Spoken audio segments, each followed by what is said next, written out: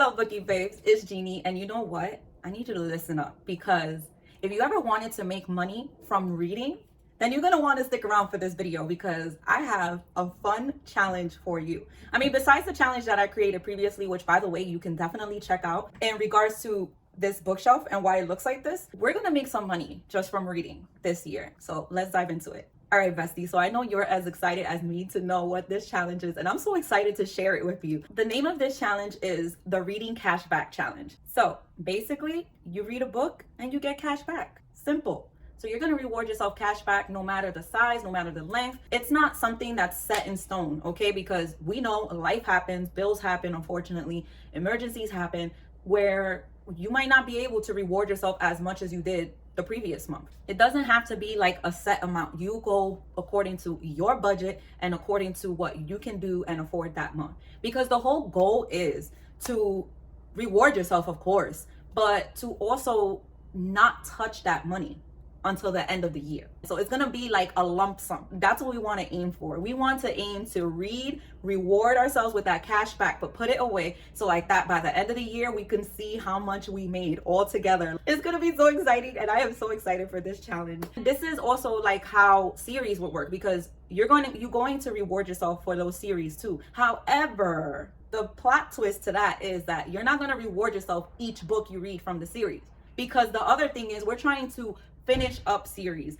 in 2023, right? So with a series, when you complete the full series, that's when you give yourself that cash back, and you can make it a bigger amount. So for example, let's just say if I was to finish my Red Queen series, and that's 4 books. Hey, you know what? I can reward myself $20 for completing that whole series. It just makes it so much more fun, and just, I don't know, to me, it just sounds better than I'm going to reward myself for this one book and then there's a big chance that I'm not going to finish the rest of the series, because that's just the way it is. And you know, listen guys, I have commitment issues when it comes to series, so I'm pretty sure that a lot of you might have the same issue. So to help with that issue, let's do something like that, right? That's how I'm kind of like thinking of it. You know what? I want to finish this series this year, so once I start it, I'm gonna make sure that I keep it going, so like that I can get that cashback reward to myself. Now, the thing is that DNFs do not work here. If you didn't read it and you didn't finish it, guess what? No reward, no cashback.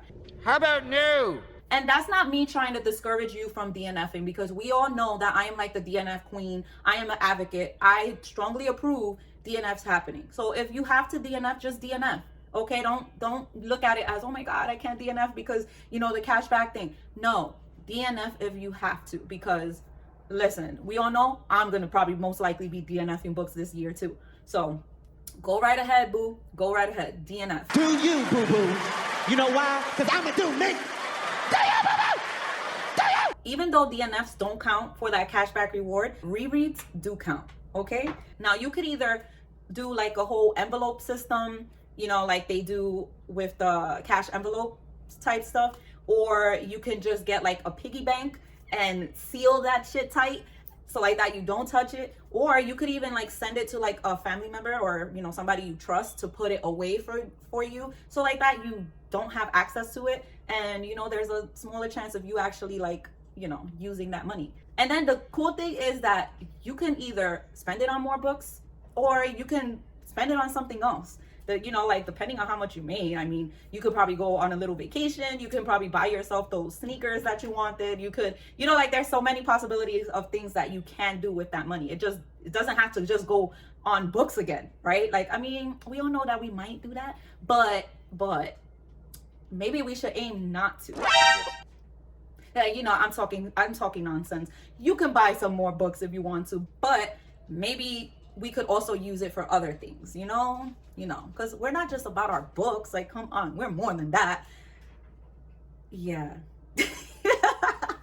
So just to give an example, bestie, let's say for example, if I finished this, like, is that a huge book? Wait, no, this huge book, right? You know, that's an accomplishment in itself, because you could also set like mini goals with it as well. So like that, you can like feel even more rewarded like after. So for example, with this book, right, this is a huge chunker, and me and huge thick books, like I love you, I love my thickums, but when it comes to books, it can be intimidating. And sometimes I even kind of like shy away from those books because I'm like, dang, this book got, let's see, how many pages does this book got?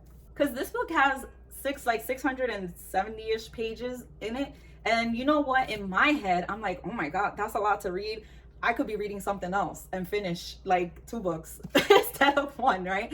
So why not use this challenge as a way to reward yourself? Like maybe even more than you normally would, right? Like maybe for this one, instead of giving myself $1 or $2 or $3 that I would for like any of my like regular 300 page type books, well, for this one, I'm gonna give myself 5 or 6 or even 10, just because I'm like, yes, I feel super accomplished that I read this monster of a book, right? So yeah, you could even set like those little mini goals. Oh, the other thing, you could also set how much money you want to make too. So if, let's just say, you want to end the year with like $500, then you know what, calculate that and check it according to your like goal. If you have a reading goal of 100 books for that year, then you know what, make that happen. Show me the money! As I'm talking to you about it, bestie, I'm here like thinking of different ideas. That's why I'm like, oh wait, oh hold up, wait a minute, you could do this too. So yeah, it's just so many endless things that you can do with it, which is what makes it fun. Like you can make your own like guidelines and your own things that you want to complete and your own amount of money and yeah, all of that fun stuff. So let me know down below, what are some goals that you're planning to use this challenge for? How many books are you reading? Bestie, in case you haven't already, make sure to subscribe and turn on those post notification bells, so like that we can have our regular little chats together. And in case that's not enough for you, well, I have a Discord server where you can find me on a daily on there. If you're wondering why my books look like this and want another fun yearly book challenge, then check out this video right here. It's fun.